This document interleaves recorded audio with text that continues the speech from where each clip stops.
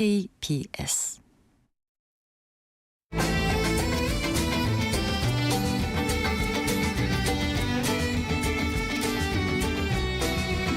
오늘을 함께하며 여러분의 내일을 응원합니다. 성공예감 이대호입니다.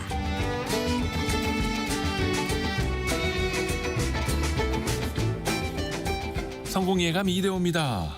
2부가 시작됐습니다.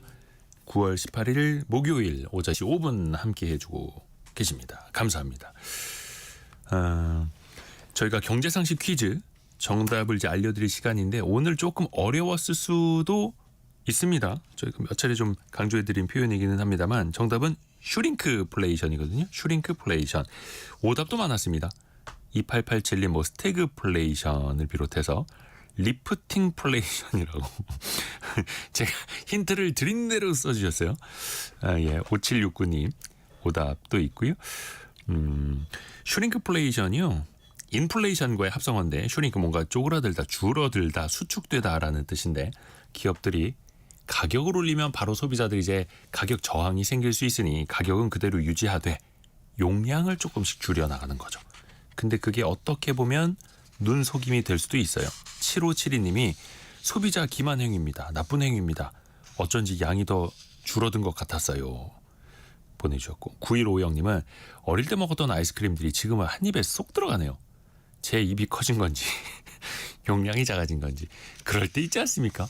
생각보다 이 아이스크림을 더 빨리 먹게 되고 한 입에 다 넣지 못했던 과자가 한 입에 쑥쑥 들어가고 그렇습니다. 요즘에는 뭐 웬만한 초코파이 정도도 저도 한 입에 그냥 쑥 넣거든요. 네. 슈링크플레이션의 대명사이기도 합니다. 그런데 소비자원이요. 이 슈링크플레이션 관련해서 고시에 따라서 제조, 판매업자는 상품의 용량이 변동한 사실을 소비자에게 반드시 알려야 한다. 이렇게 설명을 하고 있습니다. 그렇지 않으면은 과태료 또는 영업 정지 등 행정 처분의 대상이 될 수도 있다고 하네요. 슈링크플레이션. 양을 줄이더라도 소비자가 알게끔 해야 한다라는 거죠. 또 여러분이 많이들 참여해 주셔서 감사합니다. 여러분의 실시간 의견 계속해서 받습니다. 짧은 문자 50원, 긴 문자 100원인데든 샵 9730 KBS 콩이 열려 있고요. 제가 다 읽어드리지 못하더라도 저희가 또 추첨을 통해서 선물을 보내드리는 것도 있으니까요. 오늘 코스피 코스닥은 0.68%, 0.88% 각각 강세입니다. 코스피는 3,467, 코스닥은 852, 853 정도 왔다 갔다 하고 있고요. 최근에 반도체가 참 강하죠. 어제는 좀 조정이 있었습니다만 SK 하이닉스가 4.65% 올라서 다시 한 35만 원 선을 바라보고 있고요. 삼성전자는 1.5% 올라서 79,400원입니다. 이제 8만 전자가 눈앞에 와 있습니다. 삼성전자도 많이 또 회복을 해 나가고 있고요. 오늘 방산주는 조금 조정을 받고 있고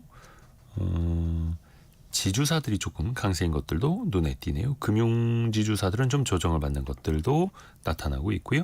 원달러 환율은 1383원대, 1383원대를 나타내고 있습니다. 세상의 모든 돈 고민을 해결해드리는 또 여러분과 같이 머리를 맞대는 돈줄 상담소 시간입니다. 여러분의 소비, 저축, 투자 등등 돈에 관한 고민 KBS 1라디오 성공예감 이대호입니다. 홈페이지 게시판에 글을 올려주시면 특히 여러분의 재정 상황을 꼼꼼히 써주실수록 채택 확률이 높아지고요. 그냥 상담을 해드리느냐 선물을 3종 세트나 보내드립니다. 와이즈 부스터, LED 무드 스탠드, 미니 가습기까지 푸짐하게 쏘고 있습니다. 돈줄 상담소 게시판에 많이들 참여해 주십시오. 김경필 머니 트레이너와 함께합니다. 안녕하세요. 네, 반갑습니다.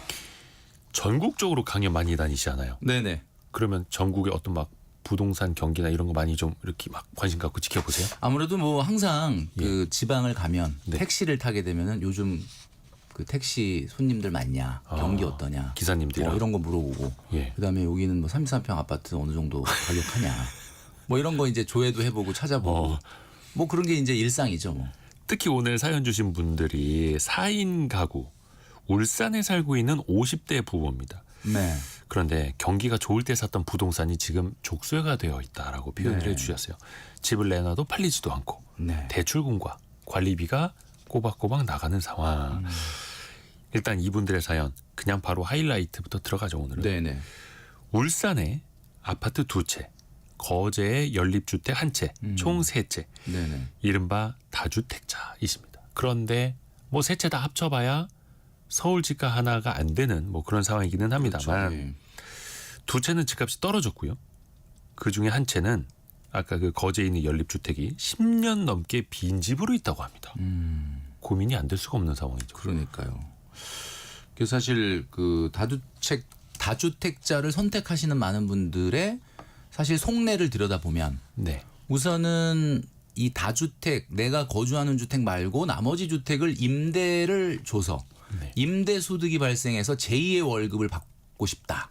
왜냐하면 이제 상가나 건물 같은 경우는 아무래도 공실 위험이 높지만 그 주택은 상대적으로는 공실 위험이 적으니까 아주 안전한 현금 흐름을 지속적으로 받을 수 있다. 네. 이런 면에서 이제 다주택자를 선택하시는 분들이 많고 또 임대업 사업자 등록을 하시고 이렇게 임대 소득을 올리려고 하는 분들이 많거든요. 근데 이제 지금 오늘 사연의 주인공 분을 보면 이분 같은 경우는 사실은 뭐 울산이니까 이제 서울 수도권은 아니고 또 거제도의 주택이 또 하나 있으시다는 거 보니까 네. 사실 이분은 임대 소득을 목표로 들어갔다기보다는 시세 차익을 보고 들어간 거죠. 그러니까 뭔가 시세 차익을 보고 들어가는 분들은 내가 돈을 빌려서 타인 자본 비용 그러니까 대출 이자를 내더라도 앞으로 이 미래에 올라가는 게 더 크다라고 생각을 하고 여기에 베팅을 하신 거거든요. 네. 근데 이제 지금 최근에 우리나라 대한민국의 부동산 경기 뭐 인구도 이제 앞으로 급격히 감소할 거고 물론 뭐 서울의 수도권이나 굉장히 이제 뭐 강남 같은 이렇게 인기 있는 상위 입지는 최근에 좀 오르긴 했지만 그래도 전반적으로 봤을 때 이게 시세 차익을 보고 들어가는 시대는 좀 지났거든요. 네. 그러니까 이제 제가 봤을 때는 이분이 빨리 선택을 하셔야 되는 게 소득으로 뭔가 이 전세 자금을 밀어낼 수 있으니까 소위 말하는 집주인한테는 전세를 준 전세금이 부채니까 이 부채를 밀어내고 안정적으로 월세로 전환을 해서 임대소득으로 받을 건지 아니고 그 정도의 내가 자산을 모을 수 있는 능력이 안 된다 그러면 빨리 처분해가지고 정리를 하든지 이렇게 빨리 양당 간의 어떤 결정을 내려야 되는 그런 기로에 서 있는 게 아닌가라는 생각을 합니다.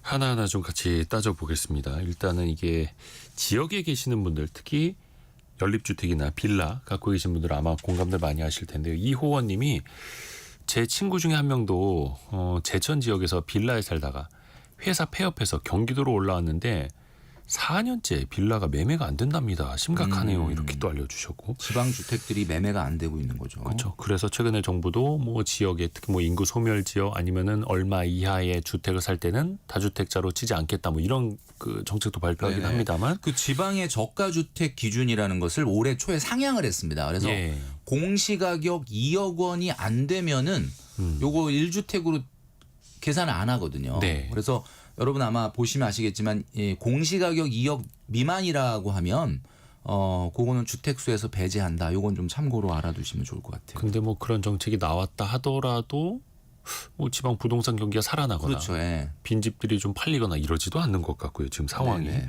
어렵습니다. 네.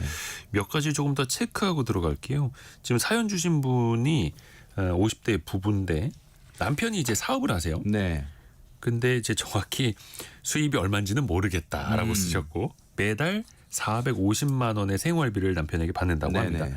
근데 그 중에서 집 관련해서 내는 돈만 100만 원이 넘더라고요. 이게. 네네. 그러니까 100만 원이 그냥 집에 들어가니까 실제 생활비 쓸 수 있는 건 350인데 네. 자, 이 지점에서 혼줄을 들어가야 되는 부분이 하나 있어요. 뭐냐면 예. 제가 돈출 상담소에서 늘 말씀드리지만 이 부부가 이 부동산 투자 문제로 가끔 또 싸우신다고 하시고 예. 또 남편분이 이 집을 거주하고 있는 집 말고도 울산의 동구에 또 집을 하나 사시고 또 거제도에도 하나 사시고 하게 된 이유는 네.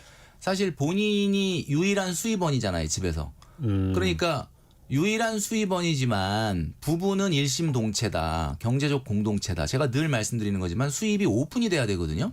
근데 사업을 하신다는 거는 뭐야? 매출이 있고 비용을 빼고 수입인데 순소득인데 이게 얼마를 버는지는 모르고 그냥 450만 원 생활비만 주시니까 이 부동산 투자를 해야 되냐 말아야 되냐를 결정할 때 아내하고 상의를 하셨어야 되는데 아내랑 상의를 해서 물론 동의는 하셨다 그러지만 실제 얼마를 벌고 있는지를 정확하게 오픈을 안 하니까 이 결정이 사실 진짜 제대로 상의를 해서 한 결정이 아니에요. 그러니까 이거를 지금 이제 팔아야 되겠다라고 할 때도 또 얘기하다 보면 근데 그러니까 정확하게 당신이 지금 얼마 벌고 있어? 이렇게 얘기하면 또 그 얘기를 안 하시려고 하는 것 같거든요. 예. 그러다 보면 이게 근본적으로 어떤 재정적인 결정을 할 때 우리가 이게 트러블이 생길 수밖에 없다. 그러니까 저는 이렇게 생각을 합니다. 이분이 이제 450만 원 생활비를 아내분에게 주니까 아내는 네네. 월급을 타듯이 생활비를 탈 수 있지만 남편분의 속내는 모르는 거야. 이게 지금 뭐 남편분이 마이너스가 있는지 아니면 뭐 돈을 더 벌어서 다른 데 투자를 하거나 저축을 하고 있는지. 예전에 우리 그런 사연도 있었잖아요. 남편분이 그 생활비를 줬는데 알고 보니까 그 대출 받아서 준 거였더라. 그러니까요. 그러니까 이게 만약에 깜깜이가 돼버리면은 이 집을 팔 거냐 유지할 거냐 아니면 더 돈을 모아서 전세금을 갚아가지고 월세로 전환해서 임대소득으로 전환할 거냐 이런 문제에 대한 상의를 전혀 부부간에 할 수가 없는 거예요. 그러니까 이 남편분 이게 사실 보내신 고민자분 사연자분은 사실 아내분인 것 같은데 네네네. 남편의 속사정 지금 사업을 한다 그래도 아무리 들쑥날쑥하더라도 이거를 다 오픈을 해야 된다. 저는 저희 아내하고 오늘 스케줄을 다 공유합니다. 제가 오늘 뭐 얼마 버는지 얼마 쓰는지 이거 다 얘기하거든요. 책 인세도요? 책 인세도. 약간 대답이 좀 늦지 않았습니까? 아니 그러니까 방금? 책 인세가 들어오면 그거는 매일 들어오는 건 아니까 평소에 이번에 대답 되게 얼마 빨리 들어온다. 하시는데. 네, 아무튼. 얼마 들어온다 이런 얘기 다 합니다. 네. 지금 뭐 아내가 지금 듣고 있다 그러면 이건 뭐 네네. 이의를 제기하려면 해도 돼요. 알겠습니다. 근데 이거 사업하시는 분들 좀 공감하실 수 있는데 사실 이게 매출이라는 게 월별로 뭐 계절별로 달라질 수는 있어요. 맞아요. 그런데 사업장에서도 사장님도 사실 급여를 받으시는 거니까 그건 좀 꾸준하게 예측 가능하지 않습니까? 그죠. 그러니까 그 그거를 좀- 회계 처리를 명확하게 해서 내가 예. 사업자 통장에서 내 개인 계좌로 갖고 오는 돈을 월급이라고 생각하시고 회계 처리를 정확하게 하셔야 되는 거죠. 그러게요. 그거부터 좀 공유를 하셨으면 좋겠다라는 거고 일단은 그러면은 이 450만 원 내에서 100만 원 이상 그중에 상당 부분이 주담대 원리금 또 관리비도 저기 뭐 비어 있는 집도 있고 하니까 뭐 그렇죠. 계속 나가는 거예요. 그러니까 지금 정리를 세금도 해보면 그렇고. 집이 세 채인데 본인들이 거주하고 있는 집은 5억 8천 정도 된다고 합니다. 시세가. 예. 근데 이게 사실 그 사이에 본인들이 사고 나서 시세 차익이 그러니까 만약에 이 집을 판다면 양도소득이 네. 2억 7천 정도 이거는 플러스예요. 네. 그리고 또 울산에 있는 또 하나의 주택은 전세를 줬는데 이거는 1억 5천에 전세를 줬다. 이렇게 얘기하시고 집값은 얘기 안 하셨는데 제가 울산 동구의 전세가율을 조사를 해봤더니 한 70% 정도 되더라고요. 70에서 75%. 네. 계산을 해보면 지금 전세 1억 5천을 주셨다는 얘기는 집값은 2억 정도 된다는 얘기니까 만약에 이 집을 처분한다 그러면 한 5천만 원 정도의 순자산이 들어오는 거고요. 거제도는 이거는 뭐 지금 장기간 아까 말씀하신 대로 비어 있다. 네. 근데 이거는 아까 말씀드렸던 것처럼 아마 지방 저가주택 기준에 해당이 될 것 같아요. 그러니까 이거는 뭐 예를 들면 양도소득세 중과세라든지 이런 거 나중에 혹시 걱정하신다고 여기다 써주셨는데 그런 거 할 때는 해당 사항이 없을 것 같고요. 그리고 18세대가 있는 연립주택이라고 합니다. 그래서 좀 거리도 없는 것 같고 맞아요. 빈집이라고 하는 거 보니까 뭐 당연히 이제 전월세 수요도 좀 없는 것 같고. 네, 그 이분이 이제 고민으로 이 주택을 빨리 좀 처분하고 싶은데 애물단지인데 뭐 양도소득세 3주택자 같은 경우는 중과세라는 것도 좀 걱정이 된다 하셨는데 지금 현재 다주택자들이 이제 조정 대상 지역 내에서 주택을 양도했을 때 그 일반 과세가 아닌 그죠? 중과세를 하지 않습니까? 근데 이거를 유예하는 게 원래 이제 2025년 5월 8일까지 중과세 유예였는데 네. 이게 올해 초에 다시 1년이 연장돼서 내년 2026년 5월 9일까지 연장이 됐습니다. 그러니까 정부가 이런 연장을 하는 이유는 결국 다주택자들에게 집을 빨리 팔아라. 네. 그래서 주택 공급을 조금 활성화한다는 차원에서 이런 정책을 시행을 하고 있는 거거든요. 그러니까 이분 같은 경우는 빨리 양당 간의 결정을 내야 돼요. 남편의 계좌를 까서 깐다는 표현이 좀 그런데 하여튼 오픈을 해서 오픈해서 과연 지금 나한테 주는 생활비 외로 충분히 자본을 모아갈 수 있는 추가 소득이 있다면 그 추가 소득을 모아서 지금 2주택 울산에 있는 거주하지 않는 주택의 전세를 월세로 돌려서 현금 흐름을 마련하시면 되는데 딱 보니까 지금 이제 나이도 50대고 사업을 하시는데 사업소득이라는 것 자체가 지금 생활비 450 주는 거 외로 별로 크게 남는 게 없더라라고 한다면 이 주택들을 빨리 처분하셔야 됩니다. 아니 근데 이게 또 고민이 안 될 수가 없는 게 그 거제에 있는 연립주택 32평 18세대 있는지 이게 현재 계속해서 빈집으로 남아 있는데 이걸 3억 1천만 원에 사셨다고 하는데요. 아우 이건 너무 손해가 심하시네요, 그죠? 근데 마지막으로 이 집이 거래된 거를 살펴보니까 얼마였더라? 이게 되게 이제 거래 자체도 없습니다만은 사실상 왜 그런 얘기 있지 않습니까? 그냥 1억 4천에 매매 기록이 있네요. 1억 4천. 거의 그리고 산 가격의 절반이에요. 절반. 아, 그러니까 아니 왜 이게 근데 그런 표현이 있어요. 싸게 내놓으면 나가긴 한다라는 건데. 근데 막상 또 사람 마음이 또 그렇게 되기 어렵습니다. 그리고 김진우님이 이런 지적해 주셨는데 받쳐줄 뒷매수자가 없습니다. 모두가 서울 수도권으로 가버리니까요. 지방은 특단의 조치가 없다면 소멸단계로 가지 않을까 싶습니다. 이런 의견도 예. 주셨고. 그러니까 이 집이 참 내놓아도 나가질 않고. 지금 이대호 기자님 얘기하신 게 핵심인 것 같아요. 그러니까 3억 1천에 샀으니까 본인이 3억 1천이 원금이라고 생각하고 본전이라고 그쵸. 생각을 하니까 아 이거 뭐 그 부동산에 얘기하면 한 뭐 1억 5천에 내놓으셔야 될까 말까입니다. 이러면 내가 그냥 앉은 자리에서 그 1억 5천을 손실 내놓는 확정. 순간에 나는 1억 6천 마이너스가 확정된다고 생각을 하시는 거예요.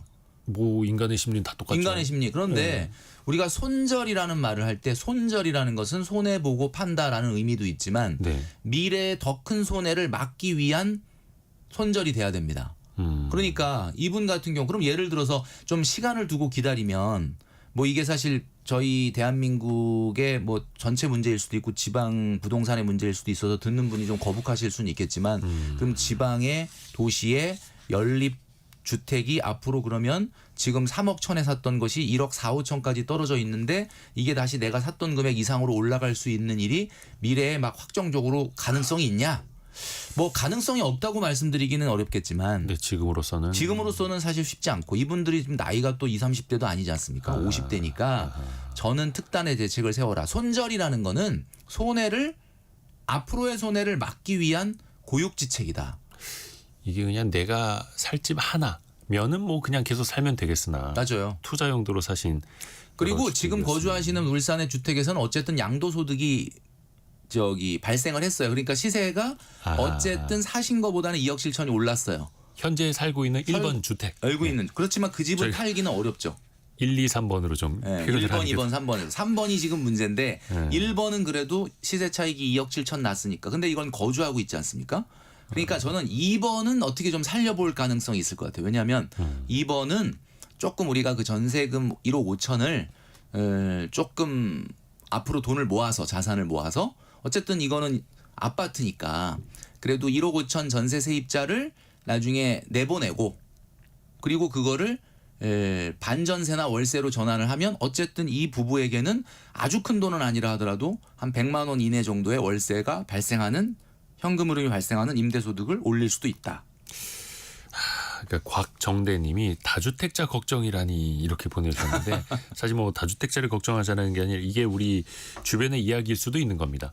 근데 이제 왜냐면- 일반적으로 우리가 다주택자 그러면 야 이거 뭐 집이 여러 채인데 부자잖아 이렇게 생각하는데 이분의 상황을 들어보면 이분은 아까 이제 처음에 말씀해 주셨던 그러니까 것처럼 주택 세 개 가격을 다 합쳐봐야 수도권 수도권에- 아파트 가격 맞아요. 하나도 안 되니까. 안 되니까 이분은 그냥 겉으로는 다주택자, 3주택자지만 사실은 내 속내를 들여다보면 굉장히 좀 상황이 어려우신 분은 맞죠. 그러니까 우리가 우리 청취자분들이 이 돈줄 상담소에 고민을 의뢰하시는 많은 분들의 고민을 갑자기 솔루션을 그냥 딱 내놓는다기보다는 많은 분들이 같이 고민해 주시면서 이런 의견 저런 의견을 같이 머리를 맞대고 얘기해 주시면서 해결책을 찾는 거 아니겠습니까? 그러니까 이 어려움을 좀 우리가 공감을 좀 해야 되지 않을까라는 생각을 해요. 그 두 번째 집도 지금 울산 동구에 있는 아파트 32평짜리인데 1억 5천에 전세를 주고 있고 근데 여기 또 세입자가 나중에 나간다고 해도 걱정인 거예요. 그렇죠. 왜냐하면 이분들이 예전에 1억 5천만 원의 전세 보증금을 받아서 PC방을 창업했다가 폐업을 했다고 합니다. 아이고.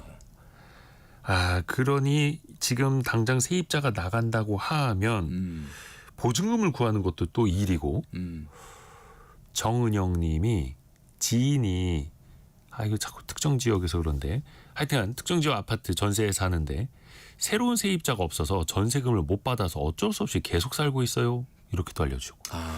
지역에서는 또 이런 상황도 생기거든요.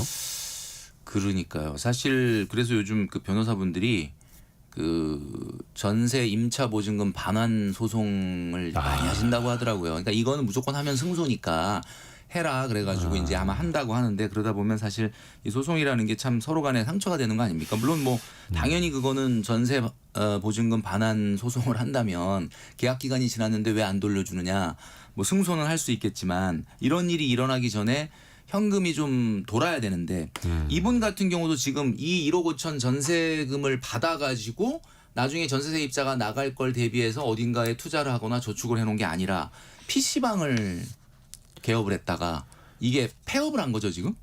그렇죠. 그러니까 어찌됐든 간에 뭐 벌이를 좀 해보려고 노력을 하셨던 건데. 맞아요.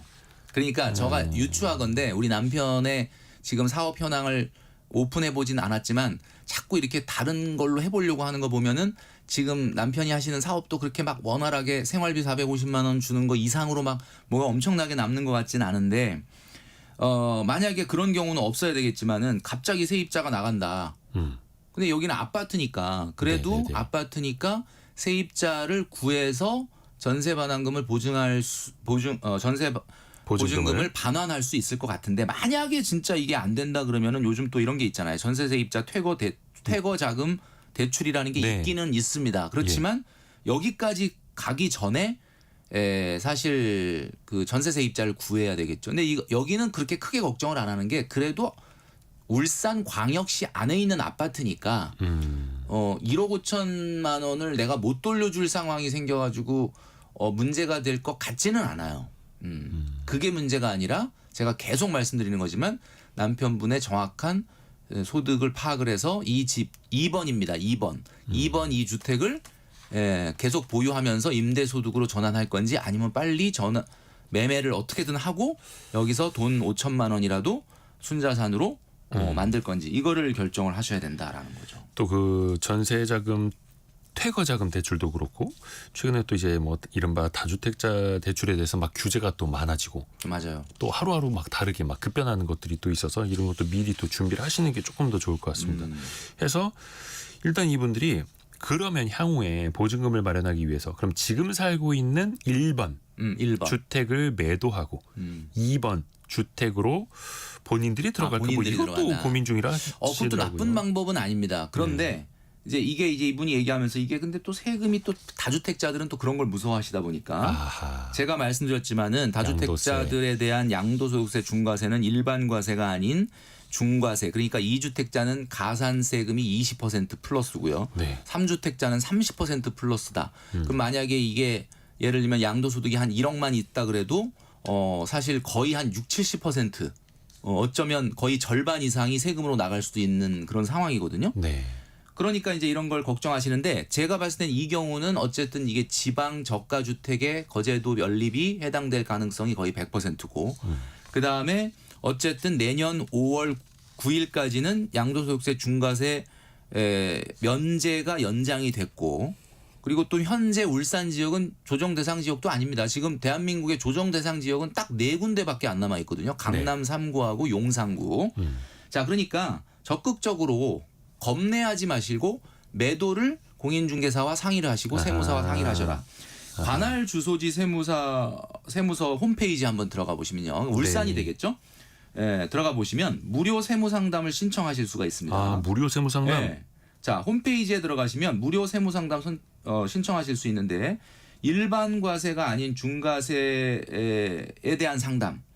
혹시 이게 중과세 내가 세금을 얼마를 내야 되느냐. 왜냐하면 1번 주택은 양도소득이 어쨌든 2억 7천이 있으니까 네. 이게 3주택의 다주택으로 인정을 안 받는다고 해도 일반 과세로 해도 약간의 세금이 나올 수는 있어요. 예. 그러니까 이런 것들을 계산을 적극적으로 해보시고 그리고 나서 판단을 하셔야 된다. 제일 좋은 방법일 수는 있습니다.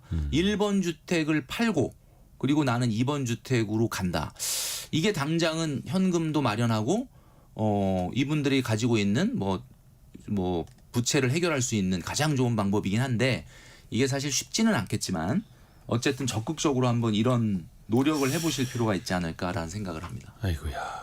오현종님이 욕심이 과했네요 이렇게 한마디 해주셨고 근데 이게 사실 이분들이 사연을 보내주시면서도 약간 그런 후회, 후회. 잘못을 이제 되돌아보고 계세요. 맞아요. 예, 이제 근데 다만 이게 이분들만 막 저희가 혼내자는 게 아니고 다른 분들도 같이 이 사연을 들으시면서 본인이라면 또 어떻게 할 것인지 또 앞으로는 또 어떻게 해나갈 것인지 같이 좀 이제 계획을 세워보자라는 그런 취지이고요. 맞습니다. 그래서 이제 이분들도 근데 나름의 전략은 있었어요. 거제에 있는 집을 살 때도 외국인 근로자들이 많이 들어와서 일을 하니 네네네. 그러니까 이거는 수요가 있는 거다. 그러니까 당시에는 수요가 괜찮다라는 거였죠. 근데 또 이 중공업 경기라는 게 또 많이들 이제 사이클에 따라서 바뀌고 그랬지 않습니까? 네네. 그러니까 결과적으로는 이렇게 돼버린 건데. 그러니까 이제 주택을 요즘 같은 경우는 이렇게 그 아무래도 조선업 경기에 따라서 네. 외국인 근로자들이 또 거제도라든지 이런 지역에 많이 있으니까 절대로 수요가 빠지지 않을 것이다. 빠지지 않을 것이다라는 어떤 생각에 투자를 하신 거예요. 네. 근데 최근에는 그 공기 B&B 뭐 이런 거 있지 않습니까? 공기 B&B 네. 무슨 말씀이신가 했습니다. 그죠? 그러니까 공유주택. 네. 네. 공유주택 이런 걸로도 또 임대를 놓고 근데 물론 그러려면 투자는 돼야 돼요. 뭐 약간 리모델링을 좀 한다든지 인테리어를 좀 제대로 하고 여러 가지 홍보에도 또 나름대로의 비용이 들어갈 수도 있고 하지만 그런 걸 통해서 공유 숙박을 통해서 또 소득을 올리는 분들도 있기 때문에 또 그런 것도 한번 적극적으로 알아볼 필요가 있겠다. 왜냐하면은 지금 아직까지는 내가 팔고 싶어도 팔리지 않는다. 근데 물론 여기서 말하는 팔고 싶어도 팔리지 않는다는 게 내가 진짜 이 주택 3억에 샀으니까 3억에 꼭 팔아야 돼라고 하는 건지 아니면 진짜 공인중개사분들의 말을 듣고 진짜 요즘 한 1억 5천 아니면 안 팔려요. 그런데 1억 5천에 진짜 내놓을 용기가 있다면 팔릴 수도 있는 거거든요. 그러니까 이제 그거를 염두를 해두시고 판단을 하셔야 되는 거죠. 아이고 이게 참 저희가 얼마 전에 뭐 워런 버핏 콘텐츠를 다룰 때도 워런 버핏이 부동산을 투자했던 방법도 이렇게 설명을 해드린 적이 있었거든요. 근데 워런 버핏 같은 경우에는 농장을 사든 어떤 뭐 건물을 사든 그 안에서 나오는 임대 수익률 그리고 기존의 임차인들이 내던 그 월세를 향후에 올릴 수 있을까 이게 내려갈까까지도 계산을 해서 현금 흐름을 추정해 본 다음에 그게 합리적인 가격인가를 그렇죠. 본다라는 거였고. 그러니까 이게 그런 것 같아요. 미국 같은 경우는 정규직보다는 비정규직의 형태의 네. 노동 시장이다 보니까 어쨌든 간에 경기가 좋으면 일을 많이 고용을 하고 경기가 나쁘면 고용률이 떨어지지 않습니까? 그러니까 이런 분들은 어떤 부동산에 투자하기보다는 주식에 투자하는 게 기본적인 국민의 어떤 그 국민성이고 네. 대한민국 같은 경우는 정규직이다 보니까 부동산에 투자를 하게 되는데 지금 워렌 버핏 얘기도 해주셨지만 부동산에 투자하더라도 항상 그것을 임대 수익률로 계산을 할 수 있어야 됩니다. 네. 그래야 되는데 주식으로 말하면 배당 수익률이죠. 근데 그런 건데 우리나라 사람들은 그게 아니라 사면서 야 이거 얼마 오를 거냐 자꾸 이걸 생각을 한다는 거죠. 근데 대한민국에서 시세 차익을 낼 수 있는 부동산이라는 건 향후에 제가 봤을 땐 서울에 굉장히 뭐 인기 있는 지역 아니고서는 사실 그렇게 높은 내가 이자까지 내면서 그 집을 사서 시세 차익을 낸다는 거는 거의 불가능에 가깝기 때문에 우리 청취자분들도 아시겠지만 만약에 내가 부동산에 전략적인 투자를 한다면 거기서 나오는 임대 수익률을 가지고 내가 투자할 거냐 말 거냐를 계산하시는 전략이 필요하다. 또 하나가 많은 분들이 투자를 하실 때 항상 기회 요인, 상승할 요인, 이른바 업사이드 포텐셜 막 이런 것만 보시거든요. 근데 또 반대로 이른바 이제 주식 쪽에서는 다운사이드 리스크라보다는 떨어질 수 있는 위험도 같이 계산을 해보셔야 맞습니다. 된다. 예를 들어서 아무리 배당을 많이 주는 주식이어도 이익이 줄어들면 이른바 배당이 줄어들 수 있고 아무리 좋은 아파트로 보여도 나중에 이게 공실이 생길 수 있고 상가도 마찬가지로 또 이 회전을 하는 가운데서 몇 개월이라도 임대가 안 될 수 있는 이런 리스크들도 같이 또 사실은 그런 거를 다운사이드 리스크도 생각을 해보셔야죠. 그러니까 이분이 우리 남편분이 2017년도에 PC방을 창업을 하셨다고 합니다. 당연히 잘 될 거라는 기대로. 2017년도만 해도 PC방의 어떤 소위 말하는 시장의 성숙기는 그쵸, 좀 넘어섰을 그쵸. 때거든요. 네, 그러니까 네. 우리가 흔히 뭐 끝물이다 이렇게 얘기할 텐데 이게 이런 것들이 어려움이 겹치면서 전세 보증금으로 받았던 1억 5천을 PC방에 넣어서 이게 폐업이 됐다라고 하는 것은 굉장히 지금 어떻게 말하면 좀 돈을 다 어떻게 잃어버린 건데 이 정도면은 말이 좋아서 투자지 이게 그런 말에 귀가 얇아서 이렇게 아 그래? 그 PC방을 하면 그렇게 돈이 되는구나. 이게 사실은 거의 투자 사기에 가깝다. 오, 그래요? 그러니까 항상 세 가지를 여러분 보셔야 됩니다. 어떤 투자를 할 때 특히 노후 지금 이분이 50대시잖아요. 50대 60대가 가장 많은 게 내가 이제 일을 못하게 될 때를 대비해서 창업이라든지 새로운 투자라든지 이런 것들에 대한 그 현혹되는 이야기들을 많이 우리가 듣게 되는데 첫 번째는 이런 거예요. 들어보니까 굉장히 좋은 조건이고 굉장히 좋은 수익률이 난다. 귀가 혹하다라는 거예요. 네네네네. 누군가가 이야기해 준 거다. 누군가는 나한테 왜 이야기해 줬을까요? 본인이 안 하고. 그러니까 내가 생각했을 때 야 이건 될 것 같아 라고 생각을 해서 내재적 동기라고 하죠. 내가 스스로 생각을 해서 하는 거는 상관없는데 네. 누군가가 얘기해 줬는데 내 친구가 얘기해 줬는데 내 지인이 얘기해 줬는데 그게 그렇게 괜찮대. 그렇게 괜찮으면 본인이 하지 왜 나한테 얘기했을까. 이렇게 고수익의 유혹을 믿지 않으셔야 된다는 게 첫 번째. 그다음에 두 번째는 뭐냐.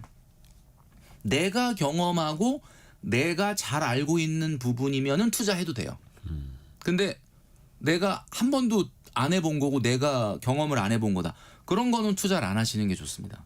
그다음에 세 번째는 내가 이거 투자하는 돈이 30% 정도 잃어도 당장 문제 없는 여유 자금이냐. 자, 이 세 가지만 꼭 체크를 하시고 하시면은 된다. 이분 같은 경우도 그렇잖아요. 뭐 PC방 이거는 뭐 전혀 안 해본 사업이고 누군가 좋다고 해서 임대 보증금 받은 걸로 투자를 했는데 지금 이렇게 어려움에 몰려 있는 거잖아요. 그러니까 네. 뭐 이 부부가 솔직히 시인을 했어요. 우리가 귀가 좀 얇았습니다. 이렇게 얘기했는데 항상 지나고 나서야 그게 또 그죠. 깨닫게 되죠. 아이고, 그래서 울며 겨자 먹기 다주택자입니다. 사실은 사연이 이렇게 시작을 하더라고요. 네. 그리고 또 이게 중요한 게 근데 집 이야기만 나오면 남편이 주도해서 집을 샀던 거라 네. 좀 이렇게 눈에 쌍심지를 띄우시나 봐요. 네네. 집 얘기만 하면 이제 또 싸우게 된다고. 그렇겠죠. 근데 어차피 이건 이제 늦었고 부부의 경제 공동체는 계속되어야 하고 맞아요. 좀 서로 어떤 이야기를 나눠가면 좋을까? 이거 약간 좀 부부 클리닉 느낌으로. 맞아요. 부부 클리닉이 필요합니다. 왜냐하면은 남편분은 지금 그렇잖아요. 남편분은 본인이 사업을 하고 그 다음에 본인이 사업 소득 중에서 매달 생활비 450만 원을 주고 있는데 지금 상황 자체가 집값이 오히려 떨어지고 있고 하나는 아예 매도가 안 되고 이런 상황이니까 본인한테 모든 화살이 집중된다. 이걸 너무나 잘 알고 있거든요. 그러니까 아내가 여보 일로 와봐 좀 얘기 좀 해봐. 그러면서 앉아라. 그러면 읽을 때 이걸 야단치는 걸로 생각을 하시는 거예요. 이리 와서 앉아봐. 이리 와서 네. 앉아봐. 그러면 이거는 뭐 나를 비난하려고 그러는구나. 네. 이렇게 받아들이실 가능성이 높잖아요. 그러니까 일단은 이렇게 해야 돼요. 당신 잘못이 아니야. 당신이 뭐 사실 그렇지 않습니까? 뭐 이거 잘하려고 했죠. 그렇죠. 잘하려고 그런 거지. 누가 뭐 안 되려고 한 거 아니잖아요. 먼저 남편을 굉장히 인정을 해주고 남편의 노고에 대해서 그 수고에 대해서 그리고 그동안에 고민했을 거에 대해서 확실하게 인정을 해주셔야 됩니다. 그럼요. 자, 그래서 내가 하는 이야기는 당신을 비난하려는 게 아니라 이제 우리 상황에서 이거를 어떻게 처분하는 게 나을지 아니면 조금 더 돈을 모아서 오늘 제가 솔루션을 들었던 것처럼 임대소득으로 전환하는 게 나을지를 판단을 해야 되니 머리를 맞대고 한번 생각을 해보자는 이야기다. 앞으로에 대해서. 앞으로의 과거 이야기하지 마시고 미래 이야기를 해라. 그래서 당신의 생각은 어때? 먼저 솔루션을 얘기하지 마세요. 오. 아내분이 딱 생각한 결론을 내놓고 내가 생각할 땐 이건데 당신 이거대로 따라올 거야 안 할 거야. 내가 지금 돈줄 상담소에 그 상담 보냈는데 이렇게 하는 게 나을 것 같대 라고 이렇게 밀어붙이지 마시라는 거지. 그래서 남편의 의견을 먼저 들어본 다음에 판단을 하셔서 이런 어떻게 보면 대화의 태도 우리 돈줄 상담소 전에 항상 하는 우리 심리 상담 그걸 많이 들으시잖아요. 우리 네. 청취자분들이 네. 먼저 상대방을 인정하고 대화가 될 수 있는 분위기를 만든 다음에 하시는 게 제일 좋지 않을까라는 생각을 합니다. 그렇죠. 지나간 건 지나간 거고 그때 당신도 이렇게 하면 안 되고요. 아유 그러면 안 되죠. 그럼 뭐 싸우자는 거죠. 생활비를 보면 우선 남편분에게 월 450만 원 받는다고 했잖아요. 네. 근데 다행히 그래도 한 번도 생활비에서 마이너스는 난 적이 없다고 해요. 아이 둘. 지금 우리 고등학생, 중학생 아내분 키우면서. 사연자분이 이 방송을 듣고 있다면 예. 제가 지금까지 한 20분 넘게 얘기한 거는 항상 진짜 이게 희망이 없구나 이건데 예. 제가 이 집에 희망을 본 게 하나 있습니다. 오. 그게 뭐냐? 우리 가정의 가장 큰 희망은 4인 가구 400만 원대 생활비로 지금 절제가 이루어지고 있다. 이게 보통 이렇게 되면요.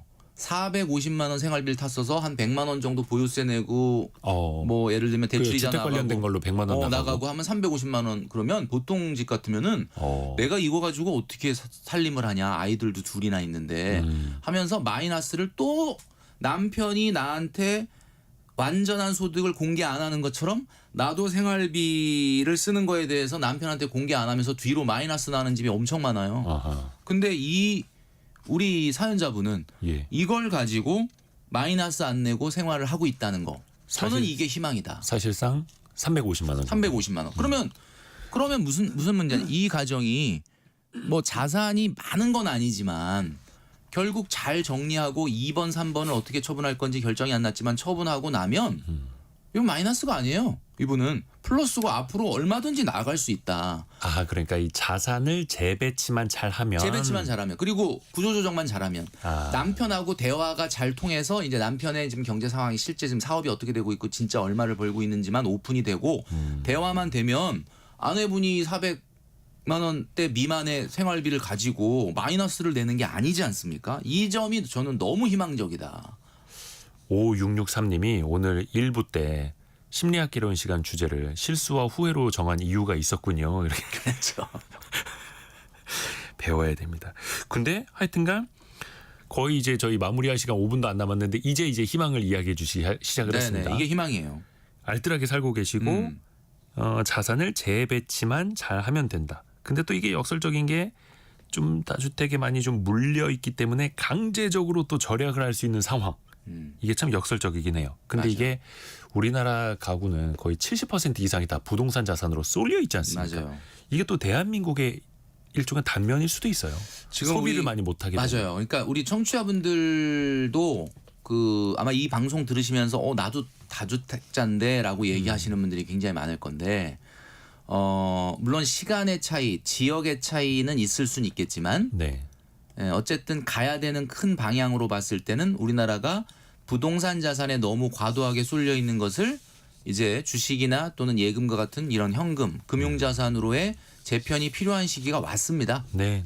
그러니까 여러분이 만약에 진짜 부동산에 투자라는 말도 자꾸 약간은 어폐가 있는 게 지금 뭐 강남에 34평 아파트 뭐 40억, 50억 하는 거 사시는 분들이 투자로 사신 게 아니거든요. 많은 분들이 오해하시는데 야 저런 거를 막 40억, 50억에 사는 거 보니까 야 부자들은 저게 오른다고 생각하나 보다 이렇게 생각하시는데 여러분 물론 뭐 오르긴 오르겠지만 그게 여러분들이 생각할 정도로 그렇게 투자로 사신 게 아니잖아요. 왜냐하면 아니 상식적으로 생각했을 때 40억, 50억 정도 되는 34평을 사신 분들이 그걸 투자로 산 게 아니에요. 그냥 돈을 쓴 거예요, 거기다가. 우리가 뭐 예를 들면 뭐 롤스로이스 같은 어마어마하게 고가 차량을 사신 분이 10억 주고 샀다 그러면 그 10억을 그 롤스로이스 차량이 오를까 봐 산 게 아니잖아요. 그냥 롤스로이스 타고 싶어서 그냥 거기다 10억을 쓴 거지 않습니까? 정말 그 정도로 소득이 있고 자산이 있는 아주 일부의 부자들 그렇죠. 이야기일 뿐이고. 그러니까 물론 뭐 고가 주택이 조금 상승률이 약간 높을 수는 있어요. 물론 기대값이 높으니까. 그렇지만 그거는 그분들이 그거를 자산의 수익률 면에서 투자했다기보다는 나는 그냥 한강 보이는 신축에 살고 싶어. 그래서 거기다 돈을 쓴 거죠. 그러니까 그걸 보고 야 그러니까 저렇게 상위 입지가 오른다는 가능성이 있다는 거는 그 순차적으로 오르니까 나도 여러 주택에다 투자해서 미래의 시세 차익을 봐야지. 자 이런 시대는 저는 지났다라고 봅니다. 그래서 아까 우리 이대호 기자님이 얘기해 주셨던 것처럼 임대 수익률로 부동산을 계산을 하세요. 그래서 내가 내는 이자 그리고 내가 받을 수 있는 임대 소득으로 계산을 하셔서 되도록이면 여러분들이 거주하시는 1주택 외에 이런 다주택 을 투자하신다라고 하는 것은 제가 봤을 때는 좀 약간 시대에 뒤떨어지는 것이 될 수가 있다. 이렇게 말씀드리고 싶습니다. 그래도 이분들이 금융자산이 너무 적어요. 부동산 제외하면은 예금 3천만 원이 금융자산 전부라고 아내분은 알고 계시더라고요. 네, 들으시는 분들이 어떻게 생각하실지 모르겠지만 저는 3천만 원 있는 것도 대단하다고 생각합니다. 이런 어려움 속에서 450만 원 이내의 생활비로 350만 원으로 생활하시면서 그래도 뭐 예금성 자산이 3천만 원이 있다. 그래서 제가 이 집에 희망이 있다라는 거예요. 남편분하고 이번에 대화의 물꼬만 잘 트고 그죠? 오픈이 돼서 지금 우리의 경제 상황을 속내를 완전히 드러낼 수만 있다면 이분들은 희망이 있다. 야, 오히려 희망이 있다. 자, 이 청취자분들 중에서도 지금 이 얘기 들으시면서 예. 우리 집도 지금 남편이 얼마 버는지 아내가 얼마 버는지 잘 모르겠는데 이런 분들은 빨리 이거부터 오픈을 하셔야 됩니다. 이번 주말이 좀 전국이 시끄럽겠네요. 네. 시끄럽게 하지 마시고 편안하게 편안하게. 맛있는 거 좀 이렇게 먹으면 이름에 성 붙이지 말고 그렇죠. 이대호 이리 와봐가 아니라 대호 씨 이리 와봐. 그렇지. 예. 자기야 이리 와봐 뭐 이렇게 해야죠. 경필 씨 얘기 좀 해. 그럼 갑자기 왜 그러지? 그렇죠. 그러면서 일단은 항상 먼저 칭찬, 인정, 그다음 격려. 예. 칭찬, 인정, 격려를 앞에다 먼저 하고 그다음에 얘기해야 됩니다.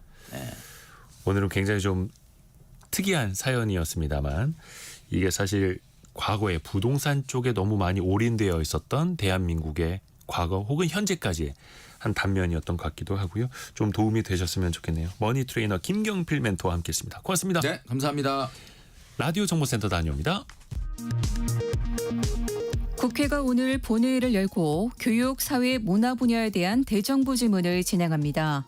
오늘 대정부 질문에서는 여권의 조희대 대법원장 사퇴론과 내란 전담 재판부 설치 등 사법개혁과 최규진 장관 인사의 부적절성 등에 대해 여야 질의가 이어질 것으로 보입니다.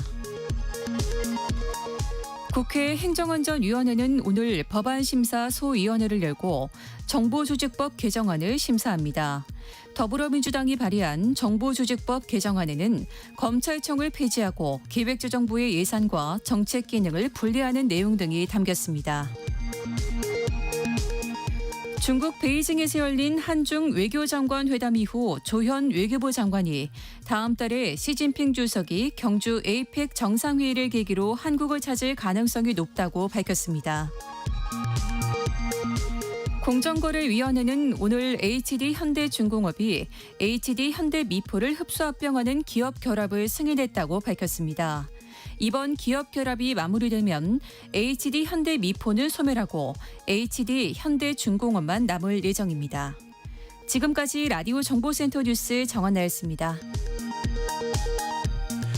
애프터 서비스 시간 유혜진 리포터와 함께합니다. 안녕하세요. 네, 안녕하세요. 청취자분들의 질문 받아볼까요? 네, 8742님. 지인이 우선주에 투자를 해보라고 하는데 네. 일반 주식과 어떤 차이가 있나요? 하고 문자 주셨습니다. 일단은 지인이 투자를 해보라고 하지만 모르신다면 조금 더 공부부터 하고 네. 투자하시는 게 좋겠고요. 우선주는요. 뭔가 더 좋다라는 뜻은 사실은 아니에요. 왜 삼성전자 우 이런 네. 주식이 있거든요. 그게 사실 지금 시가총액 5등인데 삼성전자 우만 하더라도 시총이 한 50조 원이 됩니다. 근데 그게 우자가 써 있다고 해서 뭔가 우량하다라는 우는 아니고요. 우선한다라는 건데 배당에 우선한다는 겁니다. 본주보다 배당금을 조금이라도 더 주는 겁니다. 그런데 다만 의결권이 없어요. 주총장에 가서 내가 기업 경영에 참여할 수 있는 의결권을 행사할 수가 네. 없거든요. 그 대신에 배당금을 뭐 10원이라도 더 주는 네. 그 차이가 있다라고 보시면 되겠고 일반적으로 그래서 본주보다 우선주가 조금 더 쌉니다. 거의 본주보다 절반 가격밖에 안 되는 경우도 있고요. 네. 삼성전자 주식은 지금 79,000원대인데 삼성전자 우선주는 63,000원대입니다. 네. 그리고 이게 어떤 거는 50%, 어떤 건 90%. 그러니까 본주와 괴리율이 차이가 또 많이 나기도 해요. 그거는 결국 우선주가 배당을 과연 얼마나 주느냐에 네. 따라서 달라지기 때문에 이거는 여러분이 기대하실 수 있는 배당 수익률을 네. 면밀히 검토를 해보셔야 한다는 거고요. 우선주 투자는 곧 배당주 투자이기 때문에 향후 이 기업이 실적이 줄어서 배당도 줄어든다면 우선주가 오히려 더 떨어질 수도 있다라는 네. 것도 리스크 관리를 하셔야 됩니다. 다음 질문은요. 네, 4433님.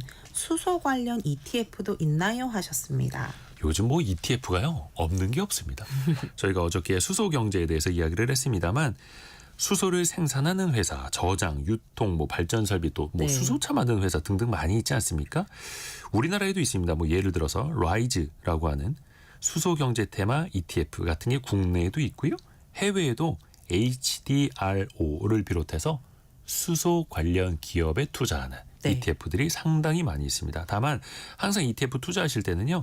이 ETF가 어떤 종목들을 담고 있는지 그 비중은 뭔지 그 구성 기업들은 어떤 역할을 하고 비전이 어떠한지를 항상 공부를 해보셔야 합니다.